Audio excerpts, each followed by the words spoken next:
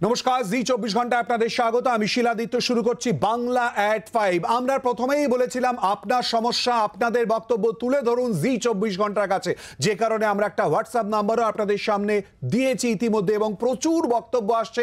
সঙ্গে ধন্যবাদ এই প্ল্যাটফর্ম পাওয়ার জন্য। আর আপনাদের যেটা জ্বলন্ত সমস্যা, অর্থাৎ ছ্যাঁকা লাগছে বাজারে, ঠিক কি পরিস্থিতি এই মুহূর্তে বিভিন্ন জায়গায়, রাজ্যের বিভিন্ন প্রান্তে বাজার দর চড়াই, সমস্ত কিছু নিয়ে আমরা আলোচনা করব। আমাদের সঙ্গে স্টুডিওয় রয়েছেন অতিথিরা। আমাদের সঙ্গে রয়েছেন তৃণমূল কংগ্রেস নেতা পার্থপ্রতিম রায়, রয়েছেন বিজেপির তরফ থেকে শতরূপা, রয়েছেন এনফোর্সমেন্ট ব্রাঞ্চ টাস্ক ফোর্সের সদস্য রবীন্দ্রনাথ ঘোষ, রবীন্দ্রনাথ কোলে আমাদের সঙ্গে এই মুহূর্তে রয়েছেন। আপনাদের সবাইকে স্বাগত আমাদের এই আলোচনায় আসবে এবং তারই সঙ্গে আপনাদেরকে জানাই আপনারা ফোন করবেন 40594020 এবং 4023 এই নাম্বারে ফোন করে আমাদের সঙ্গে আলোচনায় অংশগ্রহণ করতে পারেন। সঙ্গে আমাদের দুই প্রতিনিধি এই মুহূর্তে রয়েছে, মালদা থেকে রয়েছে রণজয় সিংহ এবং হুগলি থেকে রয়েছে বিধান। প্রত্যেকের সঙ্গে আমরা কথা বলবো। কিন্তু ঠিক কি পরিস্থিতি এই মুহূর্তে বিভিন্ন প্রান্তে, হাত দিলে ছ্যাঁকা মধ্যবিত্তের বাজারে গেলেই কেন, দেখাবো।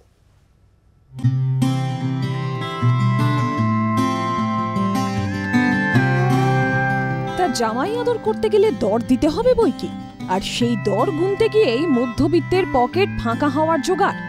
মাছই হোক বা মাংস, ফলই হোক বা তরকারি, বাজারে হাত দিতে গেলেই দামের ছ্যাঁকায় চমকে উঠতে হচ্ছে। জামাই ষষ্ঠীতে বাজার এমনিতেই চড়া থাকে, তারপর এবার বাজারে এসে লেগেছে ঘূর্ণিঝড় রিমালের ছাপটা। ঝোড়ো হাওয়ার দাপটে নষ্ট হয়েছে রাশি রাশি ফলন। দুয়ে মিলে বেজায় সংকটে আমজনতা। মেয়ে জামাইকে ডেকে পাত পেরে খাওয়ানোর আনন্দ ম্লান হয়ে যাচ্ছে মাছ মাংস তরিতরকারির চোখ রাঙানিতে। দেখে নেওয়া যাক জামাই ষষ্ঠীর আগের দিনের বাজার দর। হাত দেওয়া যাচ্ছে না মাছের ঝুড়িতে। ইলিশ বিকোচ্ছে ১৫০০ টাকা কেজি, ট্যাংরা ৫০০ টাকা, পাবদার দাম কেজি পিছু ৪০০, বাগদা চিংড়ি ৯০০ টাকা, গলদা বিকোচ্ছে ১২০০ টাকা কেজিতে, আর পমফ্রেটের দাম যাচ্ছে ৯০০ টাকা করে। ঘুরে আসুন মাংসের বাজারে। চিকেনের দাম কেজিতে ২৭০, পাঁঠা ঘোরাঘুরি করছে ৮২০ থেকে ৮৬০-এর মধ্যে। যাওয়া যাক ফলের বাজারে। জামাই ষষ্ঠীতে আম লিচু তো মাস্ট, কিন্তু দাম ইতিমধ্যেই আকাশ ছোঁয়া।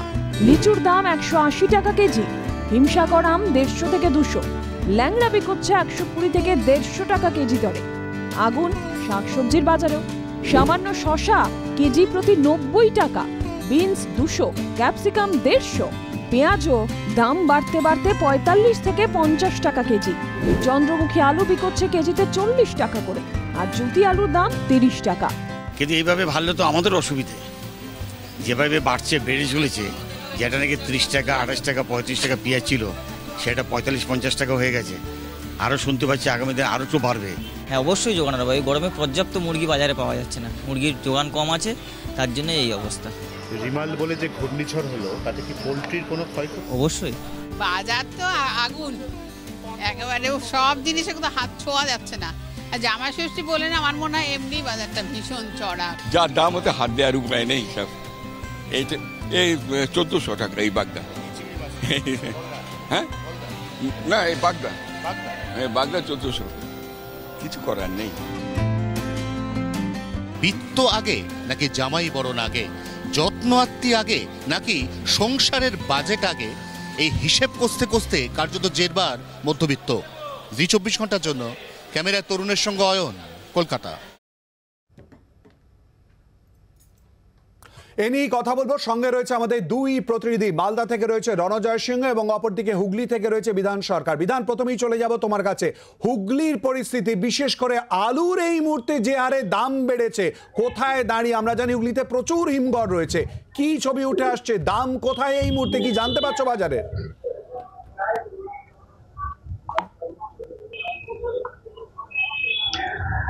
একদমই শিলাদিত্য, আজকে আলুর যে দর রয়েছে হুগলি জেলার বিভিন্ন বাজারে, সেটা হচ্ছে ৩০ টাকা জ্যোতি আলু, ৩৫ থেকে ৩৮ টাকা হচ্ছে চন্দ্রমুখী আলু। এবং এই দর কিন্তু গত যদি আমরা দেখি ১.৫ থেকে ২ মাসে কিন্তু প্রায় ১০ থেকে ১৫ টাকা কেজিতে বেড়েছে। হুগলিতে এবারে যে আলু উৎপাদন হয়েছিল এবং যেটা রাজ্যের আলু উৎপাদনের যে হিসেব রয়েছে, সেটা কিছুটা কম অন্যান্য বারের তুলনায়, কারণ প্রাকৃতিক দুর্যোগ, অতিবৃষ্টির কারণে এবারে আলু চাষ কিছুটা কম হয়েছিল, উৎপাদনও কিছুটা কম হয়েছিল। চাষিরা ভালোই দাম পেয়েছিলেন এবং হিমঘরে যে পরিমাণ আলু মজুদ থাকে প্রতি বছর প্রায় 63 থেকে 65 লক্ষ মেট্রিক টন আলু কিন্তু এবারে মজুদ করা হয়েছিল। সেই আলু যখন হিমঘর থেকে বেরোতে শুরু করলো তখন কিন্তু দেখা গেল এক ধাপে প্রায় 10 টাকা কেজিতে জ্যোতি আলুর দাম বেড়ে গেল। অর্থাৎ যে আলু 20 টাকা বিক্রি হচ্ছিল সেটা এখন 30 টাকা বিক্রি হচ্ছে 1 থেকে 1.5 মাসের ব্যবধানে। তার কারণ হিসেবে ব্যবসায়ীরা যেটা বলছেন যে হিমঘরে আলু মজুদ করতে যে পরিমাণে তাদের খরচা হয়েছে সেই আলু যখন খোলা বাজারে নিয়ে আসা হচ্ছে সেটা অনেকটাই বেড়ে যাচ্ছে দাম। এবার যে কারণে কিন্তু আলুর দাম বেশি হচ্ছে খোলা বাজারে, অর্থাৎ খুচরো যারা বিক্রেতা তারা কিন্তু এই দামটা নিচ্ছেন। কিন্তু এই দামেই কিন্তু আটকে থাকবে না আলুর দাম আরেকটু বাড়বে, কারণ ভিন রাজ্যে আলুর চাহিদা ভালো রয়েছে এবারে। এবং বিহার, ইউপি, তুমি জানো যে বাংলা থেকে কর্ণাটক, অন্ধ্রপ্রদেশ বিভিন্ন জায়গাতে কিন্তু বিধান আমাদের সঙ্গে থাকো। বিধান এই মুহূর্তে আলুর দামের কথা বলছে, আমরা রণজয়ের কাছে যাব, কিন্তু তার আগে রবীন্দ্রনাথ বাবুর কাছে একবার আসবো। রবীন্দ্রনাথ বাবু, এই যে দাম, বাজারের সার্বিক চিত্র অবশ্যই করে আলোচনা করব, কিন্তু আলুর দামও কিন্তু মারাত্মক ঊর্ধ্বমুখী কেন? আলুর দাম মারাত্মক ঊর্ধ্বমুখী এই জন্যে যে এবারে অনেকদিন পরে চাষিরা ভালো দাম পেয়েছে মাঠ থেকে বেশি দামই, মানে তারা লাভজনক এতেই বিক্রি করতে পেরেছে, যেটা তারা অভাবী বিক্রি করতো অনেক সময়, সেইটা হয়নি। সেই জন্যে একটা আলু চাষ করতে গিয়ে যে খরচা পড়ে, তারপরে তাকে স্টোরে রাখলে যা খরচা সেটাতে এমনি 22-23 টাকা পড়ে যায়। তারপর যারা আনে ট্রান্সপোর্টেশন কস্ট, তারপর যে হোলসেলার তার নিজস্ব কিছু থাকে, রিটেলার তারাও কিলোয় 2 টাকা রাখে। এইটা 28-30 টাকার নিচে হবে বলে এবছরে আমার মনে হয় না, যেটুকু খবর। এবছরে আলু যারা চাষ করেছে চাষিরা ভালো দাম পেয়েছে। এবং আমি আপনাকে বলছি, গত এপ্রিল মাসেও আমি দেখছিলাম 30 টাকা করে আলু বিক্রি হয়েছে। এবং আলুতে একটা জিনিস জানবেন যে আলু প্রোডাকশানে আমাদের স্টেট হচ্ছে সেকেন্ড লার্জেস্ট, ইউপি হচ্ছে ফার্স্ট। ইউপিতে একটা সময় সারা ভারতবর্ষের মানুষ যখন 2012, 13, 14তে যখন আলু 40-45 টাকা করে কিনে খেয়েছে, তখন পশ্চিমবাংলার মানুষ 14 টাকা করে কিলো পেয়েছে। এই জন্য সেটা সম্পূর্ণই মমতাদির জন্য। রবীন্দ্রবাবু, একটুখানি আটকাচ্ছি, যেটা পেয়েছিল কিন্তু এখন তো ছ্যাঁকা লাগছে। আমরা শুনে নেব কৃষিমন্ত্রী শোভনদেব চট্টোপাধ্যায় জি 24 ঘন্টাকে টেলিফোনে ঠিক কি বলেছেন। বেশ কিছু জায়গায় আলু নষ্ট হয়েছিল ঝড়ে, এই অসময় ঝড় বৃষ্টি হলো, তাতে বেশ কিছু জায়গায় আলু চাষের ক্ষতি হয়েছিল। তারপরে আলু চাষিরা এবারে আলু বিক্রি করে দাম পেয়েছে। আমাদের এখানে যেমন আমাদের এখান থেকে বহু জায়গায় ধান বিক্রি হয় বহু রাজ্যে, ঠিক তেমনি আমাদের রাজ্যে অন্যান্য রাজ্যে আলু আসে।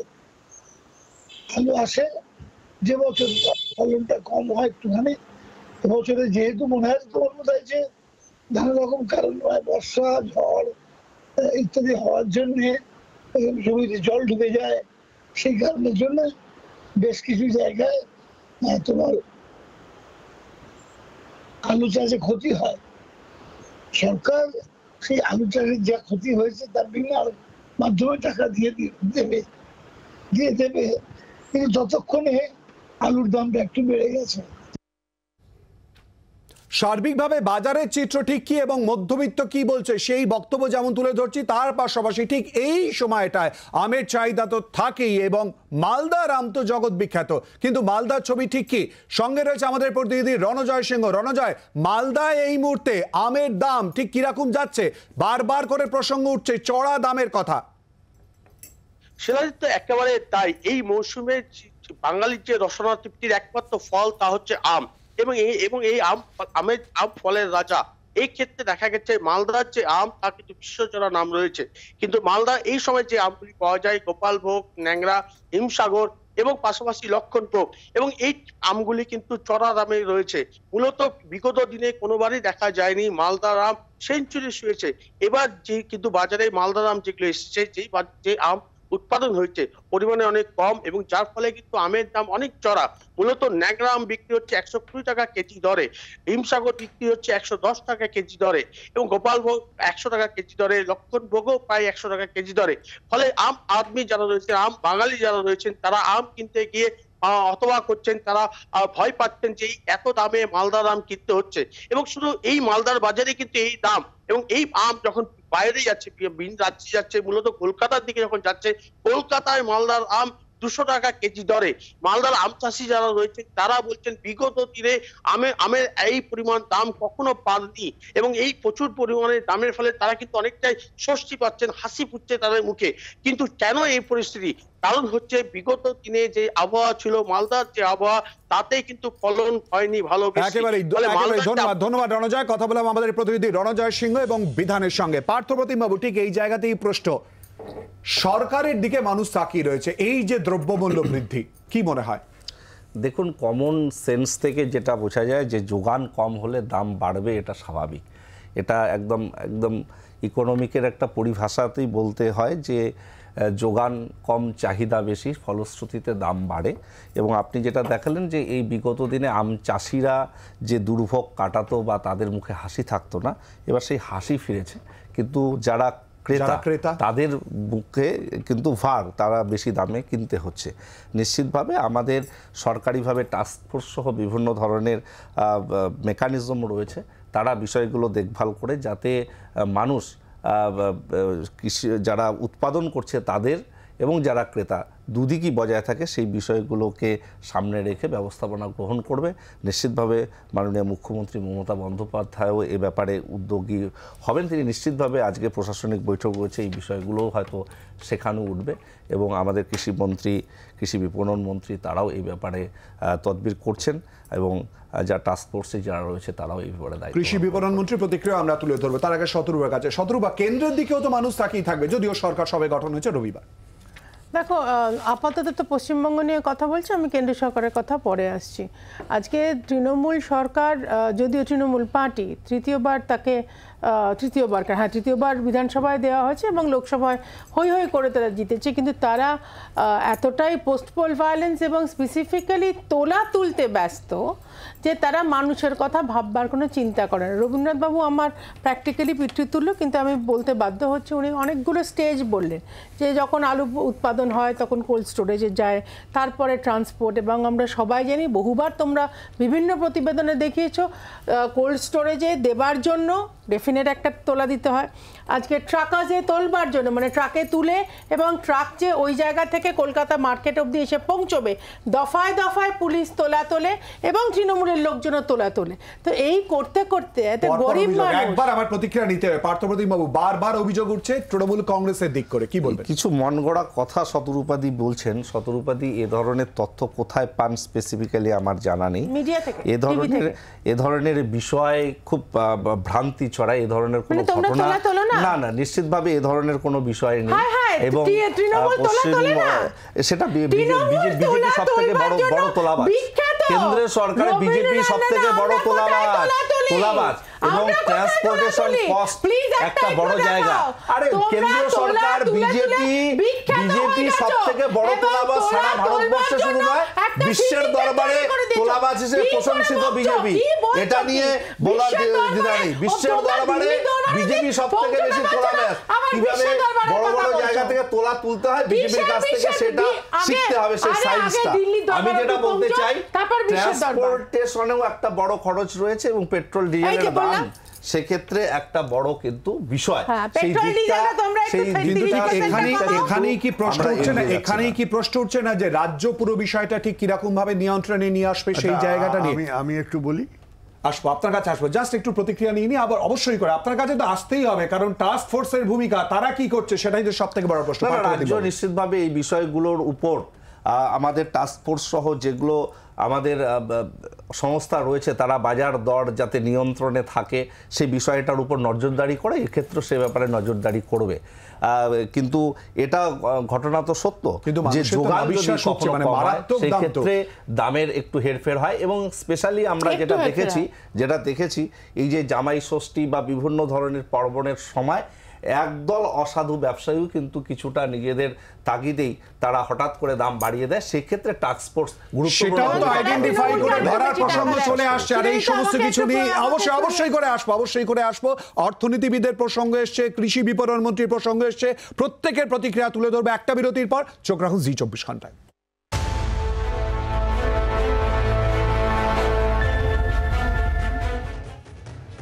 আবার আপনাদের স্বাগত বাংলা এট 5 এই আলোচনায়। মধ্যবিত্তের হেসেলে ছ্যাঁকা এই নিয়ে আলোচনা করছি। কেন এই প্রশ্নটাই বারবার করে উঠে আসছে। রবীন্দ্রনাথ বাবু, টাস্ক ফোর্সের ভূমিকা তা নিয়ে কি প্রশ্ন উঠছে না?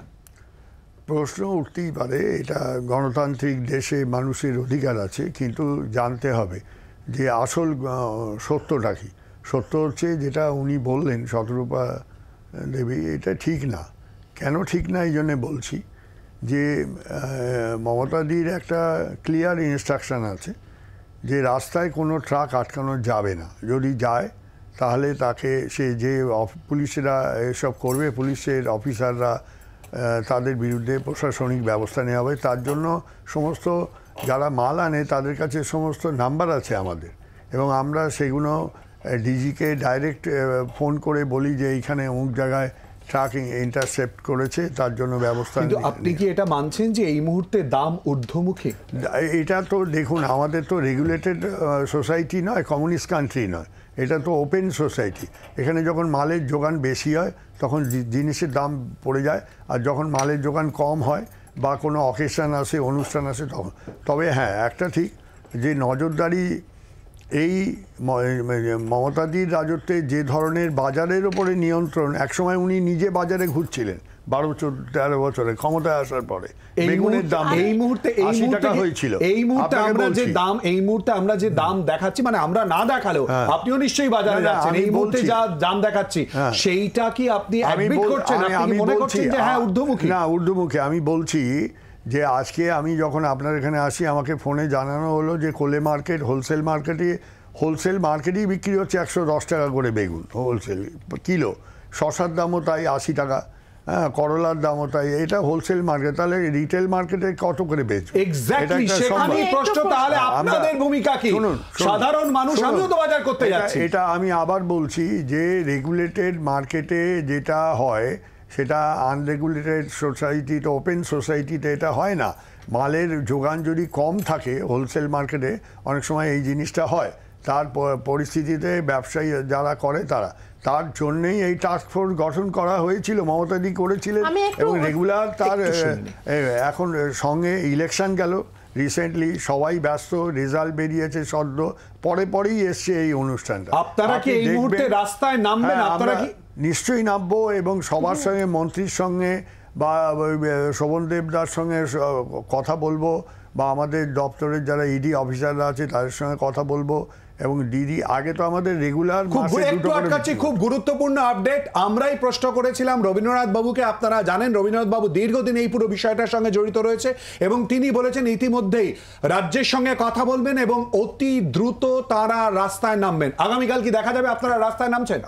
আমি যাই, আপনার এখান থেকে যাওয়ার পরে যোগাযোগ করে আমি জানাতে পারবো, এবং মমতাদিকেও ব্যাপারটা ইনফর্ম করতে হবে এইসব বিষয়গুলো নিয়ে একসঙ্গে। এটা তো হঠাৎ এটা তো ব্যক্তিগত, মুখ্যমন্ত্রীর সঙ্গে যোগাযোগ করবেন এই পুরো বিষয় জানার পর। হ্যাঁ, এটা যেতে হবে, এটা বেরোনোর আগে তার চিফ সেক্রেটারির সঙ্গে কথা বলতে হবে। এসব অনেক প্যারাফার্নালিয়া আছে। ইতিমধ্যে রবীন্দ্রনাথ বাবু বলেছেন এই পুরো বিষয় নিয়ে প্রশাসনের শীর্ষস্তরে কথা বলবেন, মুখ্যমন্ত্রীর সঙ্গেও কথা বলতে পারেন বলে জানিয়েছেন, এবং এই জন্যই এই পুরো অনুষ্ঠান করা। অর্থাৎ আপনার কথা যা আমরা তুলে ধরবো। আবারও একটা বিরতির পর চোখ রাখুন জি 24 ঘন্টায়।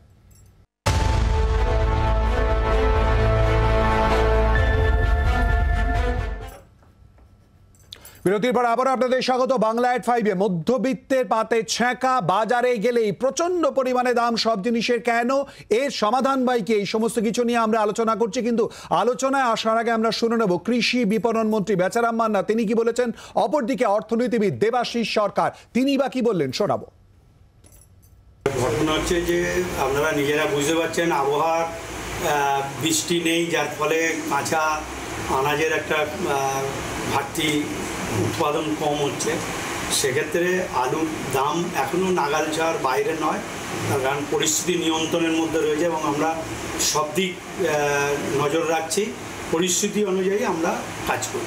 ফল বা সবজির দামও তো বাড়ছে অনেকটা, টাম এবারে অনেকটাই দাম বাড়ছে। আমের তো আপনারা নিজেরা জানেন যে আমের ফলন কম আছে, বৃষ্টির জন্য সবজির ফলন কম হচ্ছে। তবুও যতটা সম্ভব সর্বভারতীয় ক্ষেত্রে যা রেট, তাতে পশ্চিমবঙ্গের রেট অনেক কম।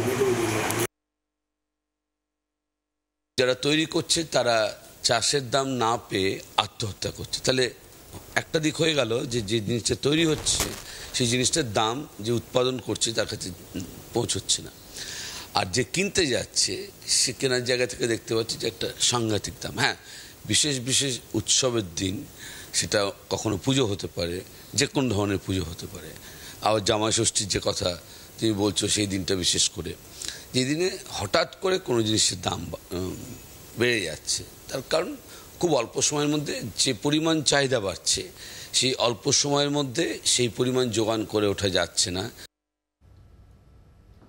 আসবো আলোচনায় শতরূপা। দেখো শিলাদিত্য, আমি আবারও খুব বিনম্রভাবে বলছি, রবীন্দ্রনাথবাবু অনেক সিনিয়র, প্র্যাকটিক্যালি আমার পিতৃতুল্য, কিন্তু উনি যে একটা আইডিয়াল ইমেজ তৈরি করছেন, একটা ইউফোরিক একটা আদর্শ ছবি উনি তৈরি করছেন, সেটা যে আদৌ নয়, সেটা আমার থেকে বেশি, পার্থর থেকে বেশি, তোমার থেকে বেশি জনসাধারণ জানে যে তৃণমূল তোলে। এই নিয়ে আমি আপাতত এটা ওনার কথা যদি আমি এই মুহূর্তে যদি স্ট্যান্ড স্টিল লাগে, উনি তাহলে ধরে নিচ্ছেন যে কোলে মার্কেটে কেউ কোথাও তোলা দেয় না। কিন্তু আমি জাস্ট কয়েকটা কথা একটু খুব কনস্ট্রাকটিভলি বলতে চাই।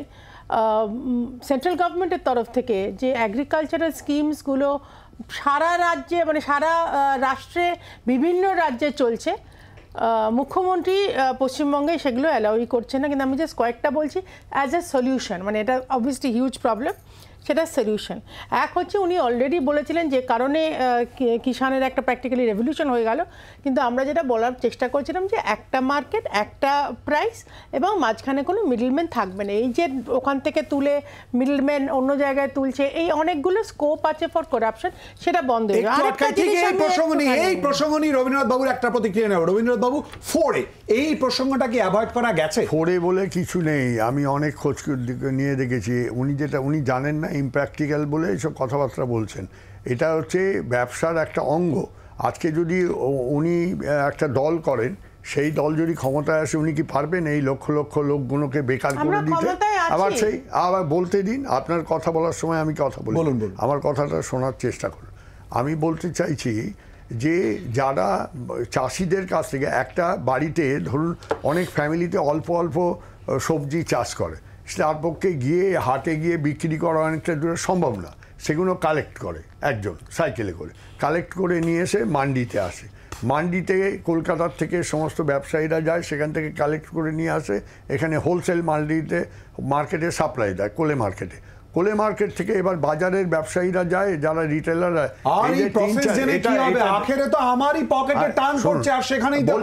সেটাই, আসতে দিন, ওরম করবেন না। এই যে প্রসেস, এই প্রসেসে লক্ষ লক্ষ লোকের জীবন জীবিকা জড়িয়ে আছে, লোকের যে পরিস্থিতি আছে সেখানে মানুষ এর মধ্যে যাতে কোনো ইরেগুলারিটিস না হয় তার জন্যই মুখ্যমন্ত্রী এই টাস্কফোর্স গঠন করছে, তারা কাজ করছে।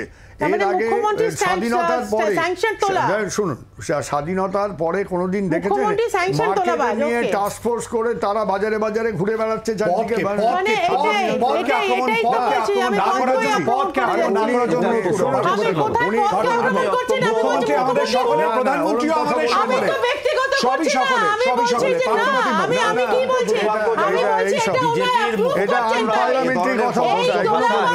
মুখ্যমন্ত্রীদের বারে বারে আক্রমণ করে, আক্রমণ করেছে, তত বেশি মানুষ জনাদেশের ক্ষেত্রে তার প্রতিফলন ঘটিয়েছে। সব থেকে যেটা বলতে চাই, আমি শতরূপার যে কথাটা বললেন যে আজকে দেবাশিস বাবু বললেন যে কৃষকরা আত্মহত্যা করছে, সব থেকে বেশি আত্মহত্যা বিজেপি শাসিত রাজ্যগুলোতে। আজকে এখানে কৃষকদের ক্ষেত্রে তোমরা কথায় কথা কেন্দ্রের বিষয় তুলবে, আমরা বলবো না, বিভিন্ন বিজেপি শাসিত রাজ্যগুলোতে। এবং সব থেকে বড় কথা, পশ্চিমবঙ্গ সরকার কৃষকদের স্বার্থে যে স্কিমগুলো নিয়েছে সেটা অনেক বেশি কৃষকদের ক্ষেত্রে সদর্থক। এবং আমরা জানি যে কৃষকদের ক্ষেত্রে বিষয়টা যেমন আমরা দেখবো, মধ্যবিত্ত মানিব্যাগ যা নিয়ে যাচ্ছে সব তো একেবারে শেষ হয়ে যাচ্ছে কার্যত, বাজারে ব্যাগ ভরছে না, মনও ভরছে না। এর রাস্তা কি বার করবে? এটা আপনি সর্বভারতীয় স্তরে বিভিন্ন ক্ষেত্রে বাজার দরগুলো দেখুন, বাংলার ক্ষেত্রে দেখুন, আপনি দেখতে পাবেন কম্পারেটিভলি কতটা ভালো জায়গা রয়েছে। নিশ্চিতভাবে কিছুটা হলে দাম বাড়লেও বিশেষ বিশেষ ক্ষেত্রগুলোতে কিন্তু ট্রান্সপোর্ট সহ বিভিন্ন বিষয়গুলো যেভাবে প্রতিনিয়ত পশ্চিমবঙ্গে নজরদারি করে তাতে মধ্যবিত্তরা অনেক বেশি স্বস্তিতে। আচ্ছা আমি একটা কথা বলছি, আমি একটা কথা বলছি, কেন্দ্র সরকারকে বলুন ডিজেলের দামটা কমাতে। এই যে ডিজেল গাড়িতে মালটা আসছে, বলছি আরে নিশ্চয়ই কমাবে, নিশ্চয়ই কমাবে। 3-4 লক্ষ কোটি টাকা পেট্রোল থেকে সরকার রোজগার করেছে, তারা ইজিলি এটাতে দাম কমাতে পারে। কমাচ্ছে না কেন? কমাচ্ছে না কেন? রাশিয়া থেকে কম দামে তেল এনে সেটাকে প্রসেসিং করে ইউরোপে বিক্রি করে প্রফিট করছে। কমাচ্ছে না কেন? নিশ্চিতভাবে কমাচ্ছে না কেন? করবে না কেন্দ্র সরকার? এসব মানুষকে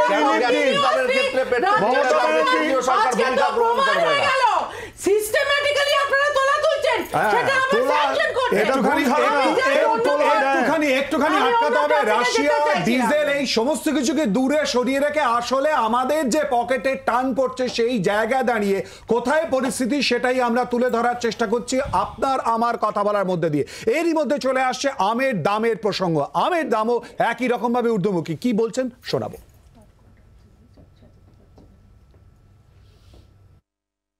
দাম এবার কমবে, এবার ফসল নেই না, এদিকে তো মনে করো মালদা কৃষ্ণনগর মুর্শিদাবাদের ফসলই নেই, এবার 4 ভাগের 1 ভাগ করে রয়েছে, বৃষ্টি হয় না টাইম মতো। 2 কিলো 100 টাকা দিচ্ছে। কি আম? লক্ষণভোগ না, দামটা কি কম আছে? না কম কোথায়, দাম দেখি 2 টাকা তো 25 টাকা গেছে এবছর, এটা 50 টাকা কেজি। দামটা কি বেশি হয়ে যাচ্ছে? তোমাদের কি কি আম চলে আসছে মোটামুটি ষষ্ঠী উপলক্ষে? প্রচুর আম আছে, হিমসাগর, ল্যাংড়া, লক্ষণভোগ, তারপর হচ্ছে হলো বোম্বাই আমটা, তারপর হচ্ছে হলো আরেকটা চোষা আম আছে, যশোরী আম। এছাড়াও কি নিয়ে এসছো তোমরা? লিচু আছে। কোথাকার লিচু? এটা বিহারের লিচু।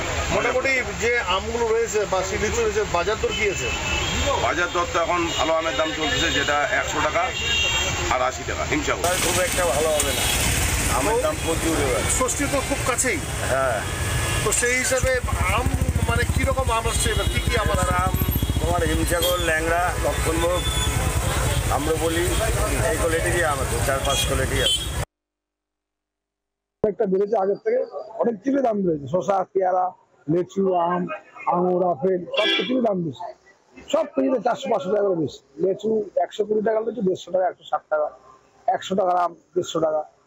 ঠিক আছে, সব কিছুর দাম বেড়েছে এখন মানুষের।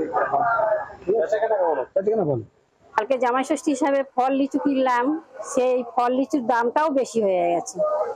প্রতি বছরের দামের থেকে অনেকটা। হ্যাঁ, প্রতি বছরের দামের থেকে ফলের দামও যেমন বেশি, সবজির দামও তেমন বেশি। আমাদের কেনাকাটার দিক থেকে আমাদের খুব অসুবিধা হয়ে যাচ্ছে। আমের দাম তো বেশি আছে। কি কারণে বেশিটা? ফলন নেই, আম ফলন নেই, দাম বেশি আছে। অন্য বছরে গেছিল 60 টাকা 50 টাকা ছিল, এবছরে 100 টাকা আম খেতে হচ্ছে। লিচু আম 100 টাকা, 150 টাকা, 150 টাকা কিলো আম। তো জামাই ষষ্ঠীর দিন সে কি দাম হতে চলেছে মনে হচ্ছে? হ্যাঁ, এরকমই 150-200 টাকা হয়ে যাবে।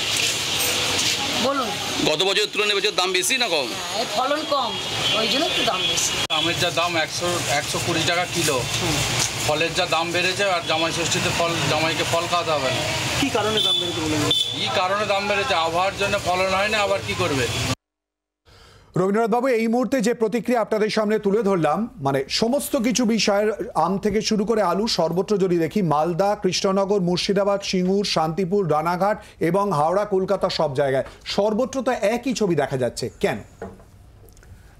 এই অনুষ্ঠানের জন্য এইটা বেড়েছে, এটা থাকবে না। আর আমের দাম আমি গতকালকে শিয়ালদা অঞ্চলে শুধু 80 টাকা করে বিক্রি। এই জামাই ষষ্ঠী এটার জন্য?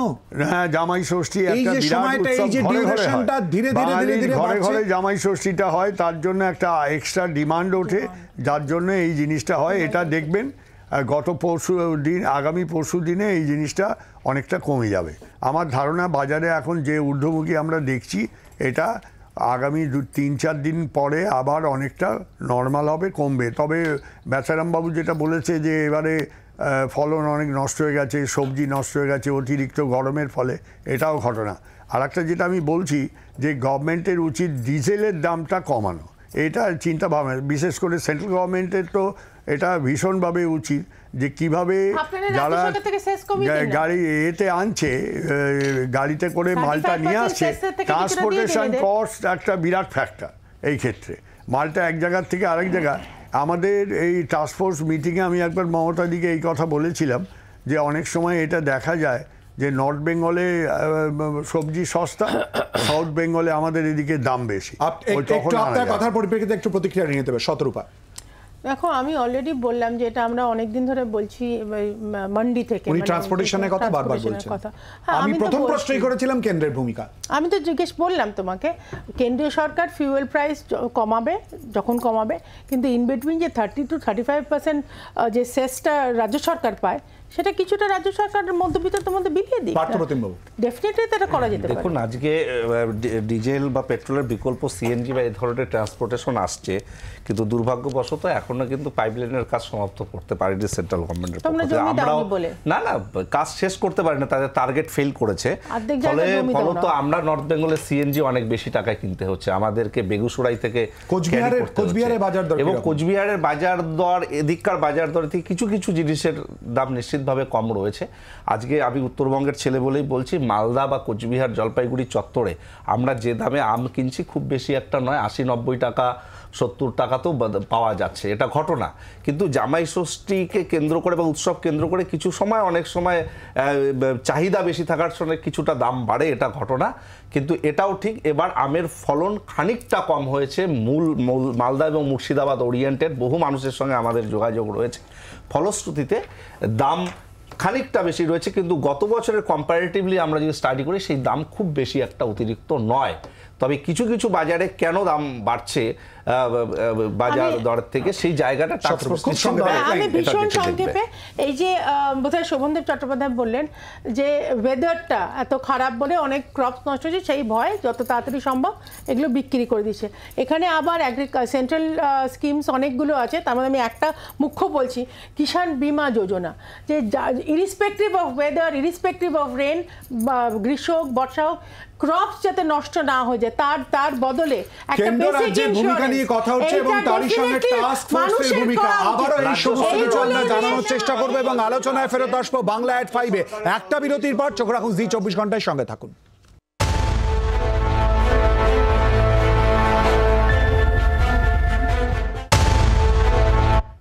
আবার আপনাদের স্বাগত আমাদের এই আলোচনায় বাংলা এট 5-এ। শতরূপে একটা প্রসঙ্গ উঠে আসছে, রবীন্দ্রনাথ বাবু যে কথা বলছিলেন যে অকেশনের জন্য এই দাম বৃদ্ধি, তারপরে নিয়ন্ত্রণে এসে যাবার সম্ভাবনা, কি বলবেন?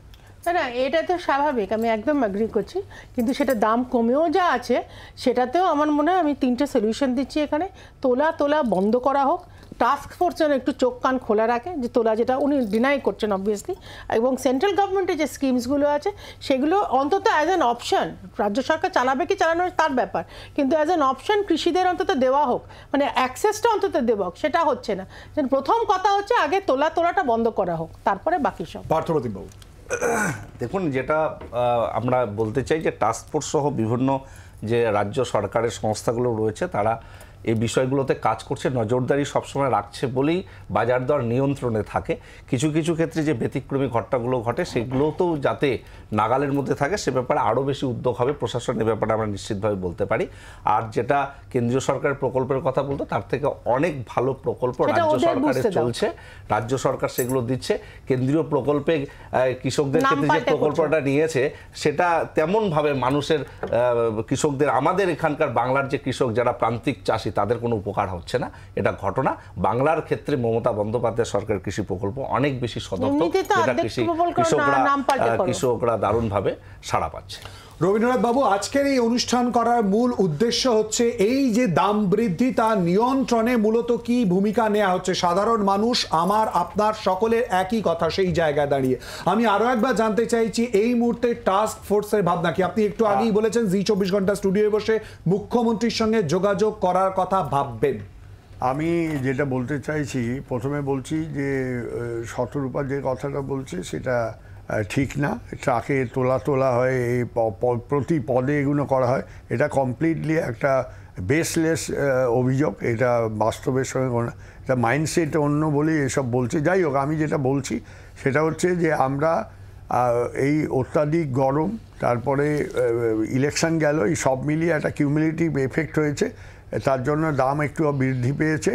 টাস্কফোর্স যাতে মোবাইল হয়, অ্যাক্টিভ হয়, দিদির জিনিসটায় গুরুত্ব দিয়ে আবার আমাদের মিটিংগুলো ডাকেন, সেটা আপনাদের এই এর মাধ্যমেও আমি ইনফর্ম করছি, জানাচ্ছি, এবং যাতে যে কাজ আমরা করছিলাম বাজারে ঘুরে ঘুরে বাজার দর নিয়ন্ত্রণ করা, সেটা আবার নতুন উদ্যমে যাতে শুরু হয়, সেটার জন্য সেক্রেটারির সঙ্গে কথা বলবো, আমাদের এগ্রি মার্কেটিং ডিপার্টমেন্টের মন্ত্রীর সঙ্গে, বেচারাম বাবুর সঙ্গে কথা বলে এটা কিভাবে কি করা যায়, এবং আমি আশা করব দিদিও এই ব্যাপারে সচেষ্ট হবেন, ডাকবেন, এবং আমাদের যে রেগুলার মিটিংগুলো আগে হতো মাসে 2বার করে, কখনো 3বারও হয়েছে, সেগুলো এখন অনেক দিন পরে পরে হচ্ছে। উনি প্রচণ্ড বিজি হয়ে গেছেন যার জন্য, কিন্তু কাজ সবাই করছে, এমনই একটা সেট আপ তৈরি করে দিয়েছেন, কেউ বসে নেই, আমি জানি কাজ হচ্ছে।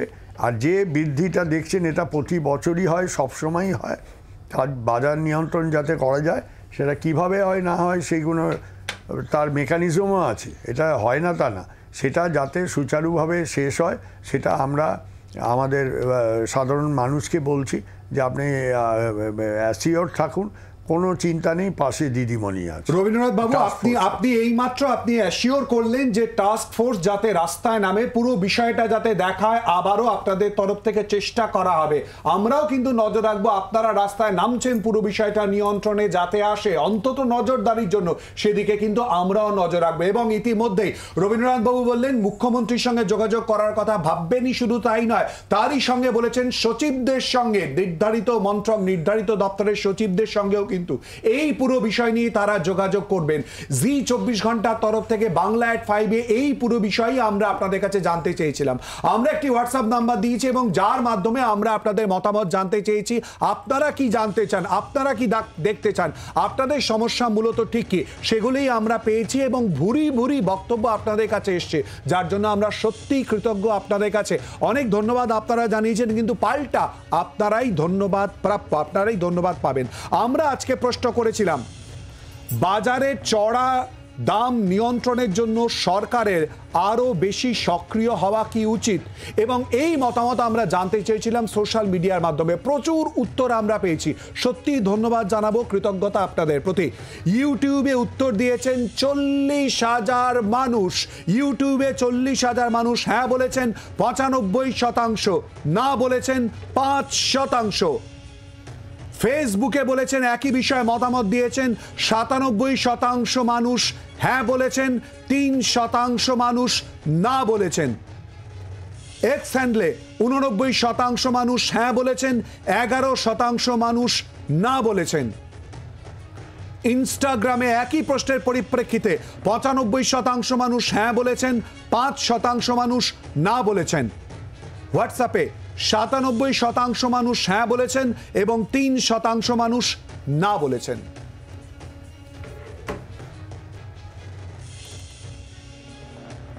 আপনাদের সবাইকে ধন্যবাদ আমাদের সঙ্গে এই আলোচনায় অংশগ্রহণ করার জন্য। বাংলার আওয়াজ, বাঙালির আবেগ, জি 24 ঘন্টা।